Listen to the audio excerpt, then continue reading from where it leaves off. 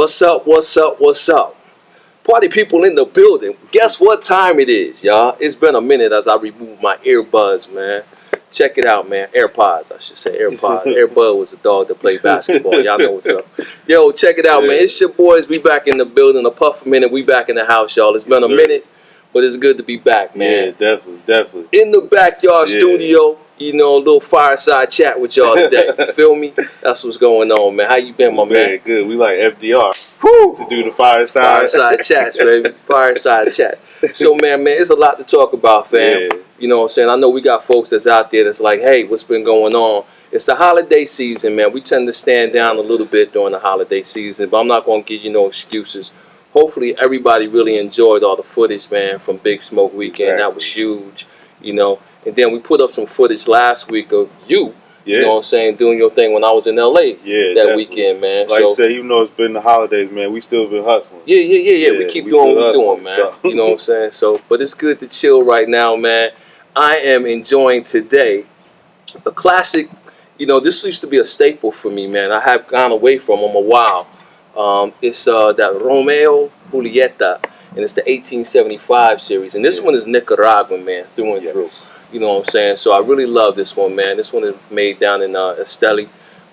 It is got that Colorado natural wrapper on it. It's medium body through and through, man. It's just a nice, mellow, buttery smoke, man. You know what I'm saying? Just something to set the afternoon off with. If I'm not mistaken, the traditional Romeo and Juliet that we say in America, the traditionals is mostly Dominicans, right? Well, yeah, probably, man. I'll be honest. When I first started smoking Romeo Julietas, man, they were Cubans because I was actually in Germany at the time, so I was able to get the Cubans. So this is really one of the, one of the brands, I should say, when I really started getting serious about my cigars, so to speak. I used to smoke a lot of these and a lot of punches when I first got started. So, and 9 times out of 10, you go to a small shop and you ask, you don't know, have a clue what to smoke. 9 times out of 10, they got those in the shop. And they're going to tell you get one of those. Absolutely. It never goes wrong. Yeah, absolutely. So definitely good smoke.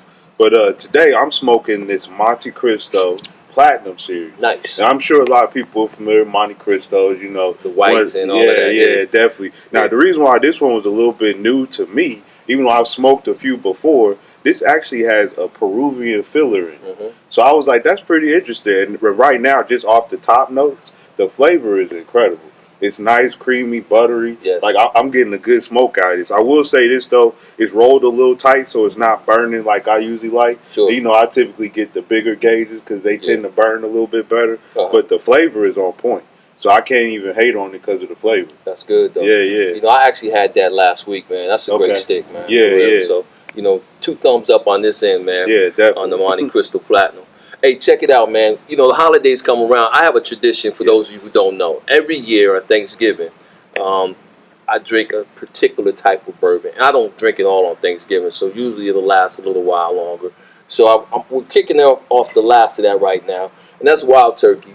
You know, I have some turkey with my turkey on Thanksgiving. You know what I'm saying? So we're just knocking that out right now, man. Jake stopped by and said, well, hey, you know what? Last year we toasted up some WT, you know what I'm saying, during the same time of the year. So I figured, yo, let's just go ahead and toast this one up, right? So, as a matter of fact, toast, my brother. Yeah, toast, man. It's been a minute. There it is, man. It's been a minute. We got to get back to the conversation, brother, because like you said, I did the episode by myself, and I gave my little 2 cents. But it ain't never the same when we ain't together, man. Hey, man. You know, they say iron sharpens iron, bro. Definitely, you know? That's what's up, man. I'm going to let you kick it off, man. What you want to talk about? Hey, man, we was just talking about, I'm sure a lot of people got Netflix. One of the latest Netflix productions, and I want to make a couple points on this, is The Irishman. Now, Netflix is killing the game with these in-house produced films. Now, what's interesting to me about this one, when they released it in the theaters as well as on Netflix. So it gave you an opportunity if you wanted to have a date night,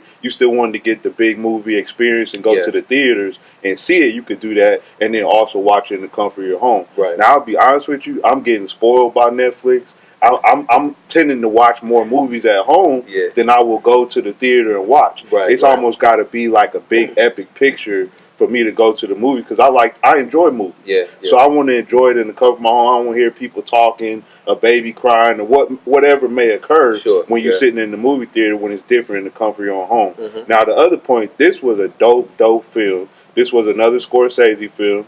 He got all three of the boys together. He got Pesci, De Niro, man, now I'm having a brain fart. Pacino, yes. Yeah, got them all three together. And this was a story that involved the Irishman, who was actually a hitman for the mob, but he was Irish, clearly. This is why they call him the Irishman. So he wasn't a made dude, but he got in close with the mob in Philadelphia. Mm-hmm. And the other part of this movie that was very interesting, one of the other main characters that Pacino plays is Hoffa, right?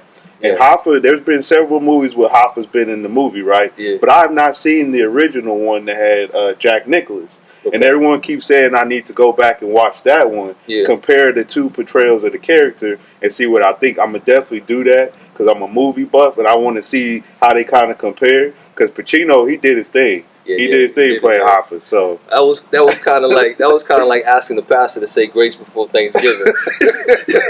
Next time I'm starting. Yeah. Shit. I said too much at once. Anyway, we had the 10-minute prayer over bread. Listen, honestly, bro, good point though, man. I mean, I feel like it was a Martin Scorsese masterpiece, if not his swan song. I don't know if this is his last movie or not, but I will say that this is up there with his finest work. Mm-hmm. You know what I'm saying? And even when you look at things that most people normally don't have an eye for during the film, but you got to understand, Pacino, Pesci, and De Niro, these are some old dudes in real life. Yes. You know what I'm saying? They had to go back and play young. Yes. You know what I'm saying? Yeah. And then gradually age throughout the movie, man. And the way that was done was masterful. They used some new CGI camera tricks and stuff like that had never been done before. Okay. You know, and they were shooting like 3 cameras with each camera had like 3 different lenses on it. Okay. It was incredible, man. The actors didn't know where to look half the time. And so anyway, I'm watching the film, bro.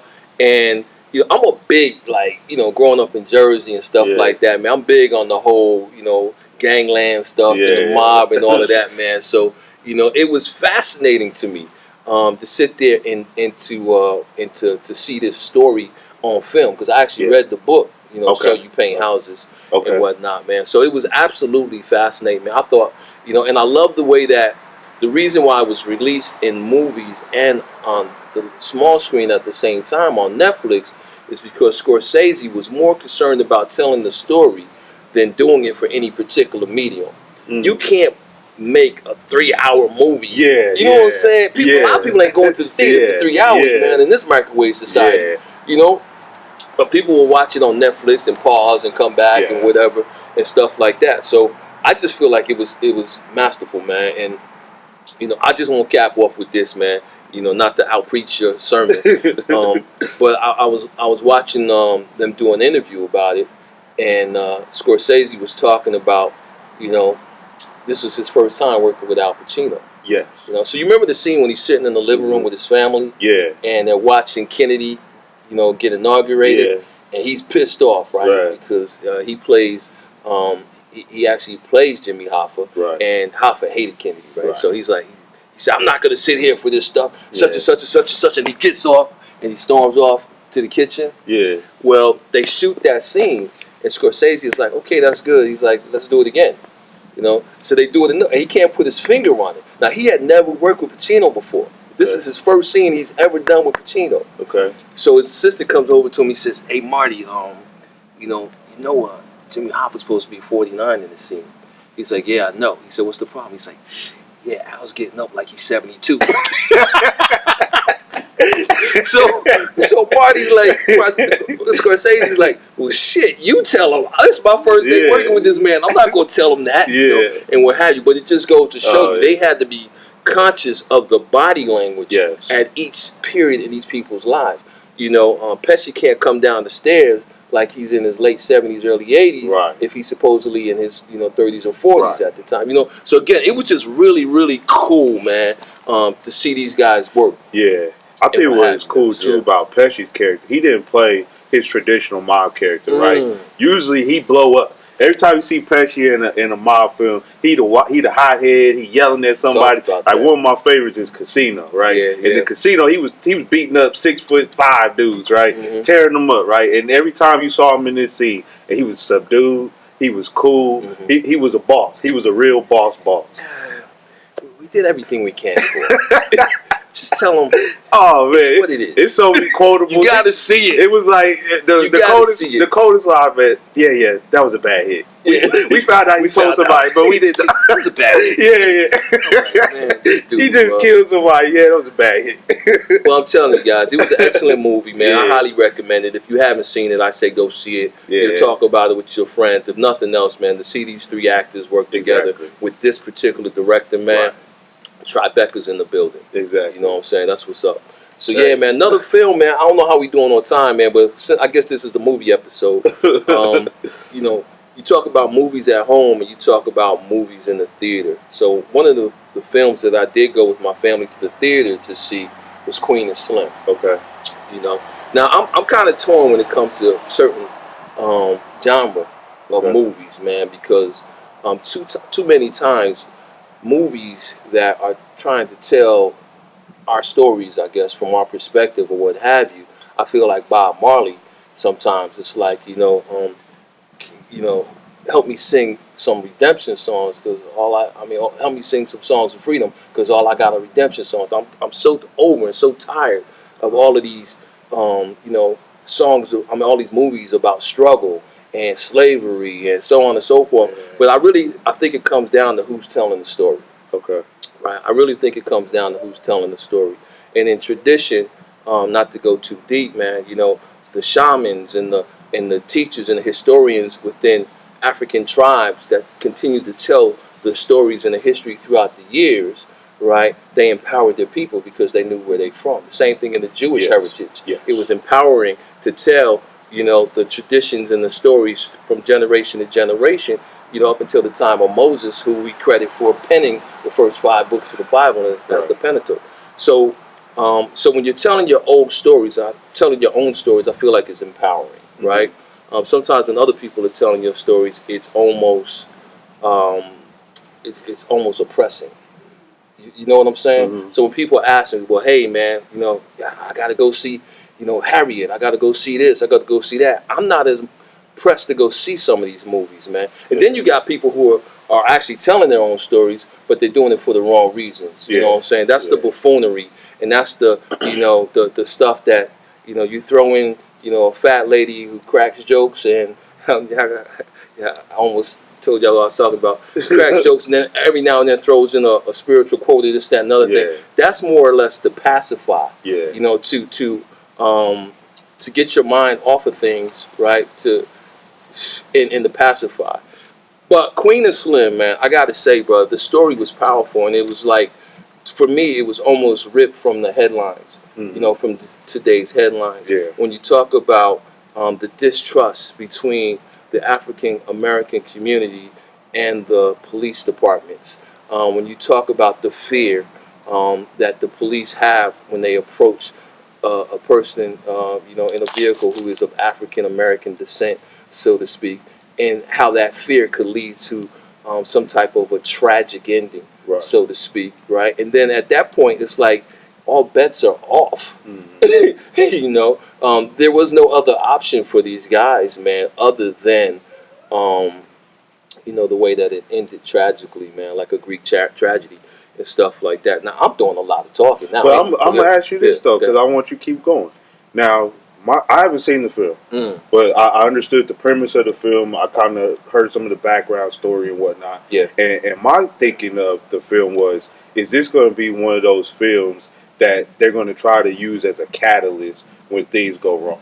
Things have already gone wrong. But is that going to be the burning lamb in the bush now that people are going to go after when things go wrong? Negative. And that's what I'm saying. Okay. That was even addressed in the movie. Okay. You know what I'm saying? It was even addressed in the movie with a character of a young boy who, was a young, revolutionary in his own set. You know what I'm saying? Who almost thought that martyrdom was the way to go out and stuff like that. And because of how he had viewed these guys, right? You know what I'm saying, as heroes, how that led to his own demise, so to speak, trying to emulate them. But at the same token, no, I don't think so, because again, it depends on who's telling the stories, and it's a matter of what came first, the chicken or the egg. Right? The violence, the distrust, the brutality the murders, I should say, or the killings that go unanswered, man, without any retribution, without any justice, or to follow. That's already happening. And so this story was born of that, not and the I other way ask around. that because I'm thinking of the times of NWA when they came out, fuck the police, right? Mm-hmm. And everybody blamed rap music on why the kids was doing all this crazy stuff. Then you had video games where you were shooting cops in the video game. Then they blamed video games for violence. Trump has even said that on several occasions, that these kids playing video games makes them want to act more violently and things like that. So that was my concern when the film came out. Is this going to be another thing they're going to try to blame and say this is why people are doing the things they're doing and acting out against police or police aggression or what have you? Right. You have to go back to where I started, right? It really, really depends on who's telling the story, and which is the reason why I spent so much time on that in the beginning. Yeah. You know what I'm saying? With this story being told, and I can't remember who wrote this one. I know that she's kind of like a new author, and director or whatever the case. I can't remember her name, but it's almost the same context of Ava DuVernay writing How They See Us. Yeah. You know what I'm saying, or whatever. So again, it's where the story's coming from. It's us telling our story. Yes, it's absolutely. A different perspective. Absolutely. I got you. Yeah. How we doing on time? I don't know, man. Check that out for us, bro. We probably need to be rapping, man. Yeah. It's been so long, though. We got a lot of stuff to get into, bro. We getting close, man. We getting close? Yeah. All right, so I'm going to tell you what. Let's go ahead and rap, and then we'll go to another episode since we out here chilling. Mm-hmm. You know what I'm saying? Then I want to get on this whole, this whole debate. Not debate. I said debate. I want to get in on this whole impeachment thing, right? And also, I want to bring back from the grave your boy AB. Oh man! Oh man!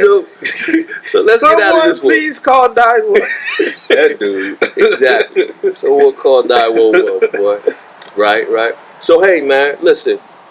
I'm gonna let you do the rundown. I got a special announcement for 2020. I'm gonna talk to y'all about. Yeah, but like I said, man, here we go. Y'all already know what it is. We appreciate the love you guys continue to show us on Instagram, man. Always liking the pics, always telling us about the stuff we smoking, what you guys are smoking, your thoughts on that. Make sure to continue to take that love over to YouTube. Hey, we've been slacking a little bit on Spotify. That's my fault. The episodes are not all updated on Spotify. Hey, I take my blame where I take it. Hey, but Spotify will be updated this week. We'll get all the latest stuff up there, content from Big Smoke. The last few episodes we have shot, we'll make sure to get those up on Spotify. We know y'all missing us in your car, at the gym. When you listen, you want to hear some good stuff, man. There it is, y'all. And listen, guys, one thing that I learned this year at the Big Smoke, at the after party that we did with Badass Mobile Cigar Lounge, is that cigars really do bring people together. We say that all the time, you know what I'm saying? But seeing how people were being brought together for that event was just amazing,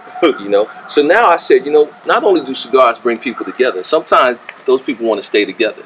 So, what you guys don't know is that your boy Cigar Mick is a licensed wedding officiant here in Las Vegas. And I'm teaming up with Badass Mobile Cigar Lounge to put together some cigar wedding packages, man. So if you and your significant other came together as a result of their love for that premium tobacco, let's take that love to a whole nother level.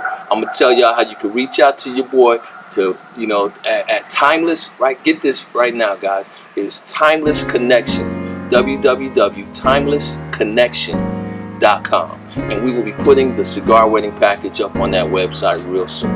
All right? So until next time, y'all, I'm your boy Cigar Mick. The Cigar Baker. Yo, peace. We're going to holler at y'all real soon. We out. But remember, we are not blowing smoke. There it is.